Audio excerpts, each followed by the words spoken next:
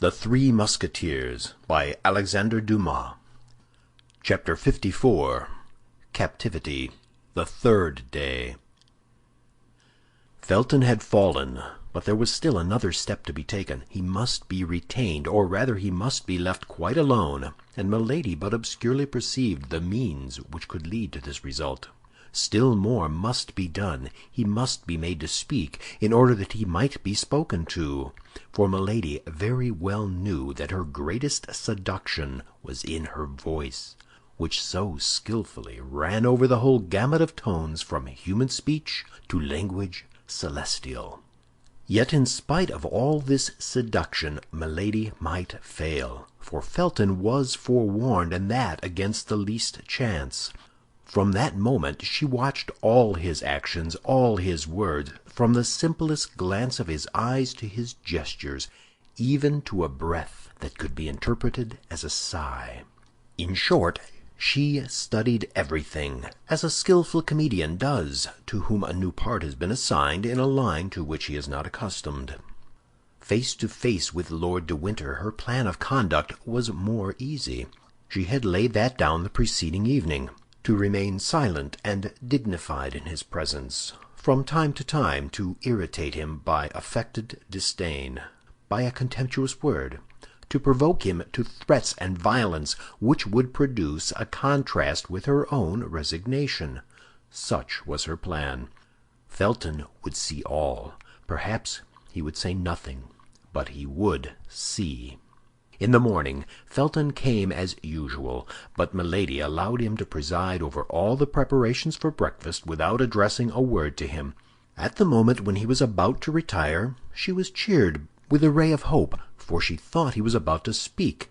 But his lips moved without any sound leaving his mouth, and making a powerful effort to control himself, he sent back to his heart the words that were about to escape from his lips, and went out.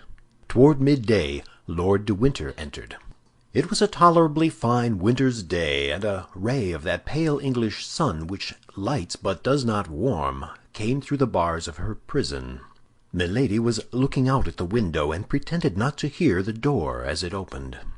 "Ah, said Lord de Winter, after having played comedy, after having played tragedy, we are now playing melancholy?"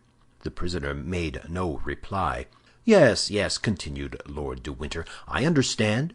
You would like very well to be at liberty on that beach. You would like very well to be in a good ship dancing upon the waves of that emerald green sea.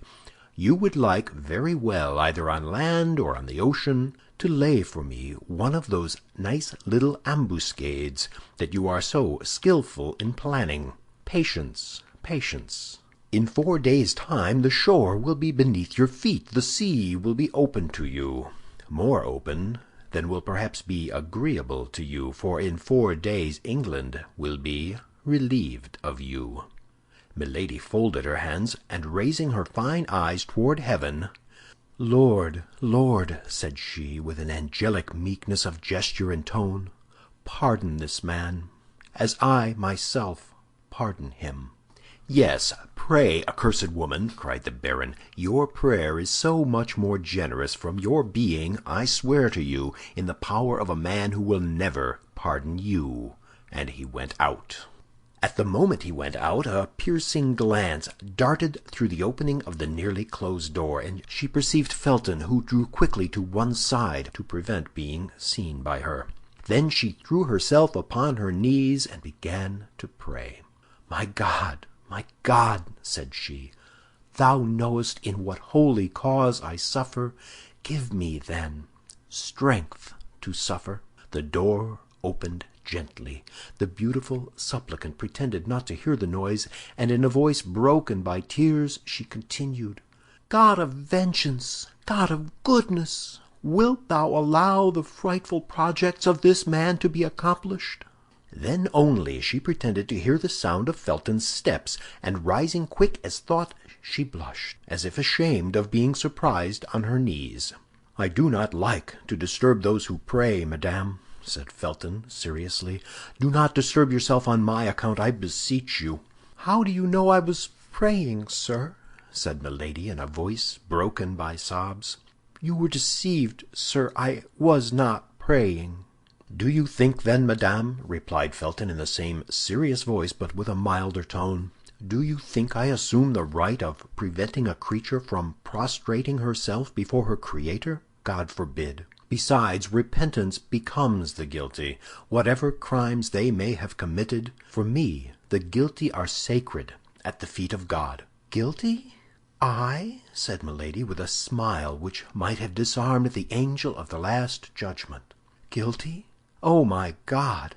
Thou knowest whether I am guilty. Say I am condemned, sir, if you please, but you know that God, who loves martyrs, sometimes permits the innocent to be condemned." "Were you condemned? Were you innocent? Were you a martyr?" replied Felton. "The greater would be the necessity for prayer, and I myself would aid you with my prayers." "Oh, you are a just man!" cried Milady, throwing herself at his feet. "I can hold out no longer, for I fear I shall be wanting in strength at the moment when I shall be forced to undergo the struggle and confess my faith. Listen, then, to the supplication of a despairing woman. You are abused, sir, but that is not the question. I only ask you one favor, and if you grant it me, I will bless you in this world and in the next." "Speak to the master, madame," said Felton. "Happily I am neither charged with the power of pardoning nor punishing. It is upon one higher placed than I am that God has laid this responsibility." "To you, no, to you alone. Listen to me, rather than add to my destruction, rather than add to my ignominy." "If you have merited this shame, madame, if you have incurred this ignominy, you must submit to it as an offering to God." "What do you say? Oh, you do not understand me. When I speak of ignominy, you think I speak of some chastisement, of imprisonment or death. Would to heaven! Of what consequence to me is imprisonment or death?" "It is I who no longer understand you, madame," said Felton. "Or rather, who pretend not to understand me, sir," replied the prisoner, with a smile of incredulity. "No, madame, on the honor of a soldier, on the faith of a Christian." "What, are you ignorant of Lord de Winter's designs upon me?" "I am." "Impossible! You are his confidant." "I never lie, madame." "Oh, he conceals them too little for you not to divine them." "I seek to divine nothing, madame. I wait until I am confided in, and apart from that which Lord de Winter has said to me before you, he has confided nothing to me." "Why, then," cried Milady, with an incredible tone of truthfulness, "you are not his accomplice.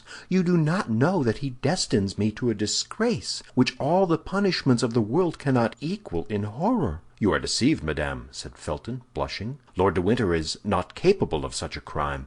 "Good," said Milady to herself. "Without thinking what it is, he calls it a crime." Then aloud, "The friend of that wretch is capable of everything." "Whom do you call that wretch?" asked Felton. "Are there, then, in England 2 men to whom such an epithet can be applied?" "You mean George Villiers?" asked Felton, whose looks became excited. "Whom pagans and unbelieving Gentiles call Duke of Buckingham," replied Milady. "I could not have thought that there was an Englishman in all England who would have required so long an explanation to make him understand of whom I was speaking." "The hand of the Lord is stretched over him," said Felton. "He will not escape the chastisement he deserves."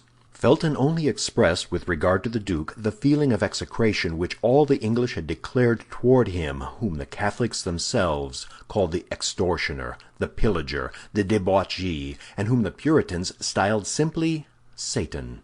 "Oh, my God, cried Milady, "when I supplicate thee to pour upon this man the chastisement which is due, thou knowest it is not my own vengeance I pursue, but the deliverance of a whole nation that I implore." "Do you know him, then?" asked Felton. "At length he interrogates me," said Milady to herself, at the height of joy at having obtained so quickly such a great result. "Oh, know him? Yes, yes, to my misfortune, to my eternal misfortune!" And Milady twisted her arms as if in a paroxysm of grief. Felton no doubt felt within himself that his strength was abandoning him, and he made several steps toward the door. But the prisoner, whose eye never left him, sprang in pursuit of him and stopped him. "Sir," cried she, "be kind, be clement, listen to my prayer. That knife, which the fatal prudence of the baron deprived me of, because he knows the use I would make of it." Oh, hear me to the end. That knife, give it to me for a minute only, for mercy's, for pity's sake. I will embrace your knees. You shall shut the door, that you may be certain I contemplate no injury to you.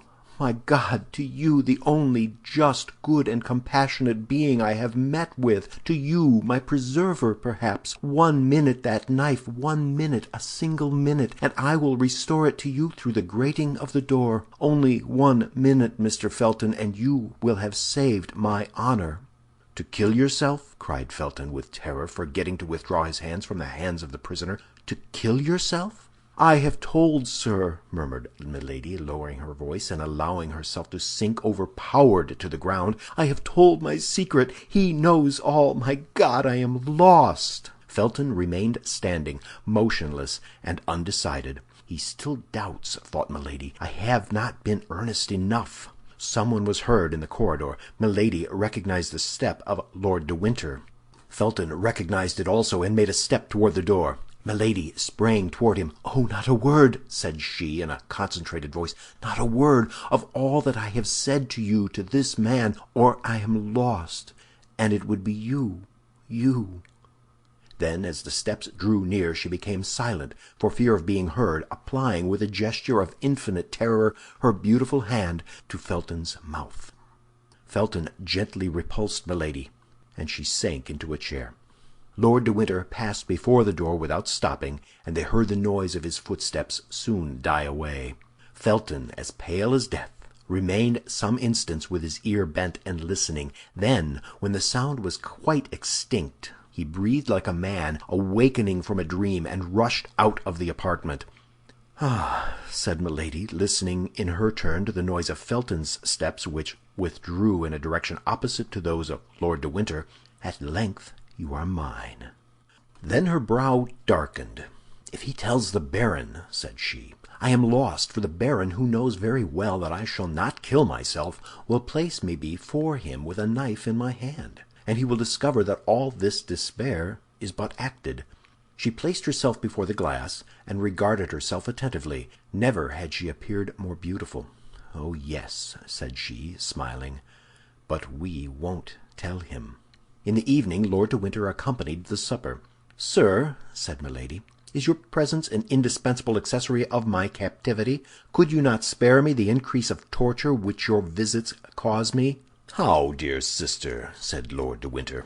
"Did you not sentimentally inform me with that pretty mouth of yours, so cruel to me today, that you came to England solely for the pleasure of seeing me at your ease, an enjoyment of which you told me you so sensibly felt the deprivation that you had risked everything for it, seasickness, tempest, captivity? Well, here I am. Be satisfied. Besides, this time my visit has a motive." Milady trembled. She thought Felton had told all. Perhaps never in her life had this woman, who had experienced so many opposite and powerful emotions, felt her heart beat so violently. She was seated. Lord de Winter took a chair, drew it toward her, and sat down close beside her. Then, taking a paper out of his pocket, he unfolded it slowly. "Here," said he, "I want to show you the kind of passport which I have drawn up, and which will serve you henceforward as the rule of order in the life I consent to leave you." Then, turning his eyes from Milady to the paper, he read, "Order to conduct—" "The name is blank," interrupted Lord de Winter. "If you have any preference, you can point it out to me, and if it be not within 1,000 leagues of London, attention will be paid to your wishes. I will begin again, then. Order to conduct to the person named Charlotte Backson, branded by the justice of the kingdom of France, but liberated after chastisement. She is to dwell in this place without ever going more than 3 leagues from it. In case of any attempt to escape, the penalty of death is to be applied. She will receive 5 shillings per day for lodging and food." "That order does not concern me," replied Milady coldly, "since it bears another name than mine." "A name? Have you a name, then?" "I bear that of your brother." "Aye, but you are mistaken. My brother is only your second husband, and your first is still living. Tell me his name, and I will put it in the place of the name of Charlotte Backson." "No, you will not. You are silent. Well, then, you must be registered as Charlotte Backson." Milady remained silent, only this time it was no longer from affectation, but from terror. She believed the order ready for execution. She thought that Lord de Winter had hastened her departure. She thought she was condemned to set off that very evening. Everything in her mind was lost for an instant, when all at once she perceived that no signature was attached to the order. The joy she felt at this discovery was so great she could not conceal it. "Yes, yes," said Lord de Winter, who perceived what was passing in her mind. "Yes, you look for the signature, and you say to yourself, 'All is not lost, for that order is not signed. It is only shown to me to terrify me.' That's all. You are mistaken. Tomorrow this order will be sent to the Duke of Buckingham. The day after tomorrow it will return, signed by his hand and marked with his seal, and 24 hours afterward I will answer for it being carried into execution. Adieu, madame. That is all I had to say to you." "And I reply to you, sir, that this abuse of power, this exile under a fictitious name, are infamous." "Would you like better to be hanged in your true name, Milady? You know that the English laws are inexorable on the abuse of marriage. Speak freely. Although my name, or rather that of my brother, would be mixed up with the affair, I will risk the scandal of a public trial to make myself certain of getting rid of you." Milady made no reply, but became as pale as a corpse. "Oh, I see you prefer peregrination. That's well, madame. And there is an old proverb that says, 'Traveling trains youth.' My faith, you are not wrong after all, and life is sweet. That's the reason why I take such care you shall not deprive me of mine. There only remains, then, the question of the 5 shillings to be settled. You think me rather parsimonious, don't you? That's because I don't care to leave you the means of corrupting your jailers. Besides, you will always have your charms left to seduce them. Employ them, if your check with regard to Felton has not disgusted you with attempts of that kind." "Felton has not told him," said Milady to herself. "Nothing is lost, then." "And now, madame, till I see you again. Tomorrow I will come and announce to you the departure of my messenger." Lord de Winter rose, saluted her ironically, and went out. Milady breathed again. She had still 4 days before her. 4 days would quite suffice to complete the seduction of Felton. A terrible idea, however, rushed into her mind. She thought that Lord de Winter would perhaps send Felton himself to get the order signed by the Duke of Buckingham. In that case Felton would escape her, for in order to secure success the magic of a continuous seduction was necessary. Nevertheless, as we have said, one circumstance reassured her. Felton had not spoken. As she would not appear to be agitated by the threats of Lord de Winter, she placed herself at the table and ate. Then, as she had done the evening before, she fell on her knees and repeated her prayers aloud. As on the evening before, the soldier stopped his march to listen to her. Soon after she heard lighter steps than those of the sentinel, which came from the end of the corridor and stopped before her door. "It is he," said she, and she began the same religious chant which had so strongly excited Felton the evening before. But although her voice, sweet, full, and sonorous, vibrated as harmoniously and as affectingly as ever, the door remained shut. It appeared, however, to Milady that in one of the furtive glances she darted from time to time at the grating of the door, she thought she saw the ardent eyes of the young man through the narrow opening. But whether this was reality or vision, he had this time sufficient self-command not to enter. However, a few instants after she had finished her religious song, Milady thought she heard a profound sigh. Then the same steps she had heard approach slowly withdrew, as if with regret. End of chapter 54.